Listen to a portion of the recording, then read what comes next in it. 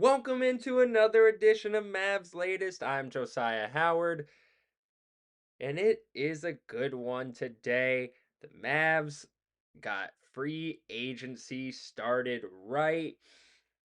The Mavericks, as we know, have been looking for a playmaking option in the absence of Kyrie Irving as he recovers from his ACL injury.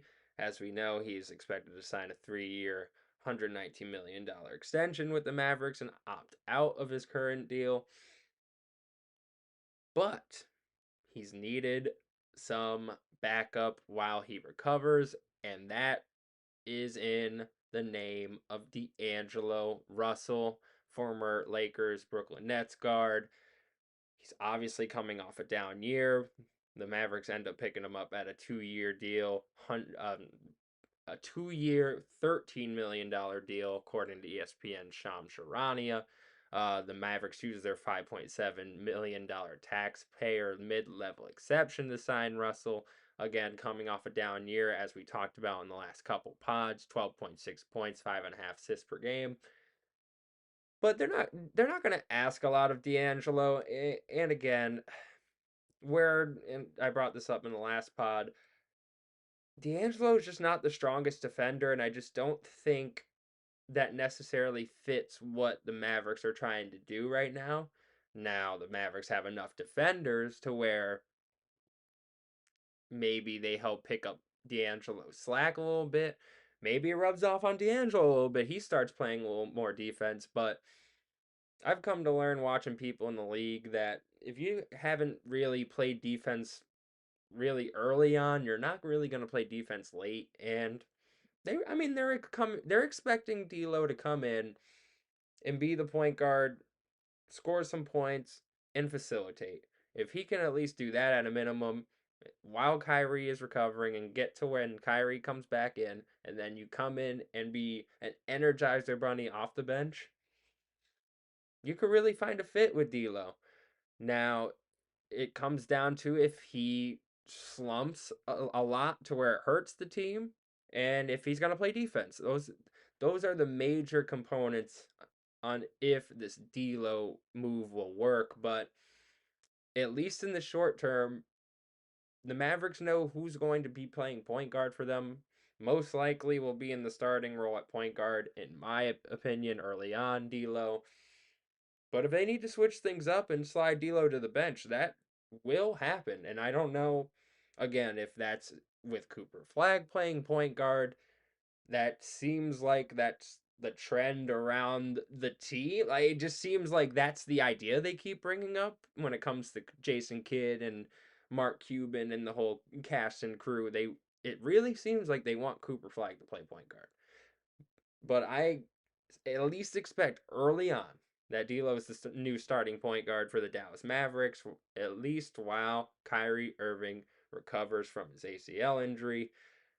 But there was some other news when it came to the Dallas Mavericks, and according to Jovan Buha, LeBron's being linked. LeBron James. I don't think I even needed to say James, but LeBron James is linked to the Dallas Mavericks. And Jovan goes to say, I will say that there has been some LeBron and Dallas buzz going on for a couple years now. Um, Remember in the summer of 23, right after Dallas had traded for Kyrie, there was a rumor out there that LeBron was going to go to Dallas on the veteran minimum contract and team up with Draymond, and it would have been Luka, Kyrie, Draymond, and LeBron. Um, and of course, that didn't happen, but there's been some buzz, I'd say, in the general NBA space, either over the last week or the last two, that LeBron and Dallas are interested. Wow.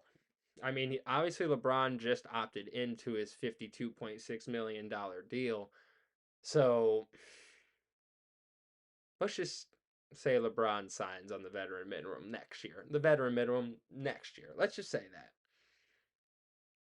Boy, that's a championship team.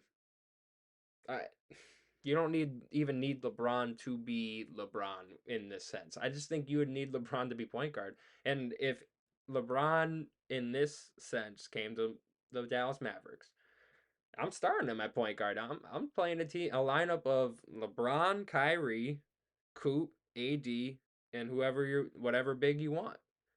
That would be my lineup. So, I mean, obviously, when you hear LeBron, you may not be sure because obviously the timeline, it's a very short one. But in the sense of Nico Harrison's title window that he's put out there very publicly, LeBron fits that. And if he wants to be a part of that, and again, I don't know if that is on the veterans minimum, I really don't know.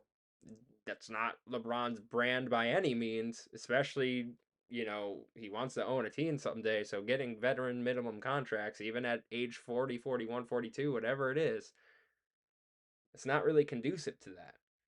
So I don't know how realistic this is, but this would be fun. And again, the lineup, that'd be one of the scariest lineups. Even LeBron at age 40, 41, 42, at playing the point guard position, he's playing it at a top five point guard level to me in terms of the playmaking and just being that guy who is the center of the universe when it comes to the offense.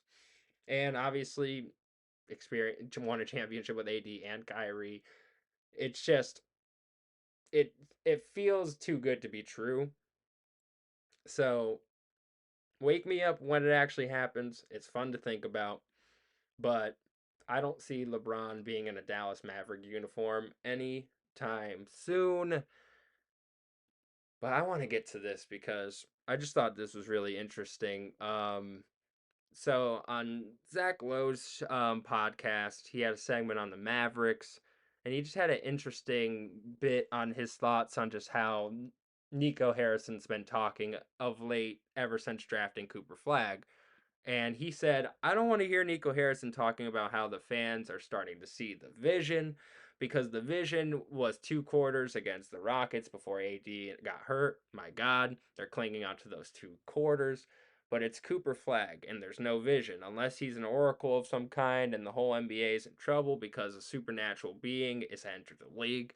Obviously, with some humor and candor there. There's no vision that includes, what they're going to do. We're gonna lose the play-in game and win the lottery and get Cooper Flag. Not the Ricochet year, the Cooper Flag year with 1.8% chance to do that. And then the fans will see my vision. Then the fans will see. And I sort of, I just thought it was really funny. Um, and I kind of echo some of those things. I kind of echo some of those things too when it comes to that. So again, everything will be all right. And because they did get Cooper Flag, and he could say it's some vision, but I don't buy that. I don't think the fans buy that. And we don't need to buy that because at the end of the day, Cooper Flag is here and he's here to stay. So we're good. And you could cling on to the past of all that and cling on to like the language Nico has in terms of his press conferences, but he has to build a brand here. Like he made a very controversial trade. He has to build a brand for himself, and I will say, at least he's doing that. I mean, it might not be the best brand, but it is a brand, and I can at least respect that. So I do see where Lowe is coming from.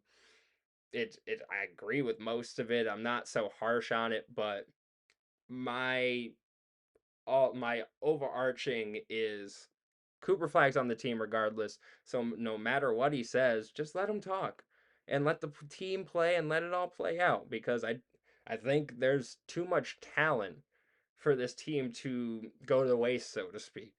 So I don't really think like bad press conferences from Nico Harrison is really gonna matter in the end. So everything's good. Welcome Cooper Flag. Good stuff from from Zach Lowe though. Great content. But to wrap things up, I did see something from Bill Simmons that I thought was great.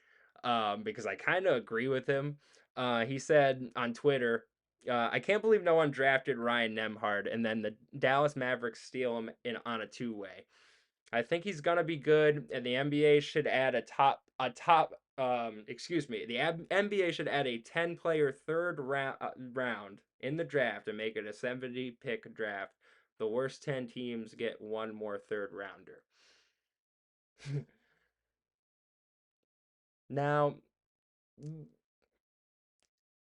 maybe add a third round, but say the third round is for two-way contracts. I like that because then you add content for the NBA and more players get drafted. I think there's enough talent out there. You see how many players are getting signed on two-way deals and all these undrafted players that end up making it in the NBA. So I don't necessarily think it should only be 10 teams that pick in that third round, but I could see a world where you have a third round, but the players get two-way deals.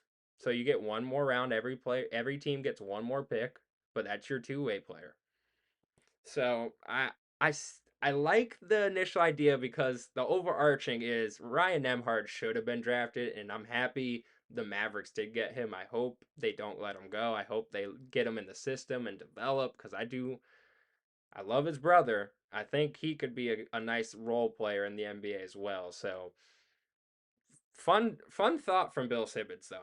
I love the idea of a third round where those players get two-way deals. But this has been Mavs Latest. Again, congrats to D'Lo for getting your deal. Welcome to the Mavericks.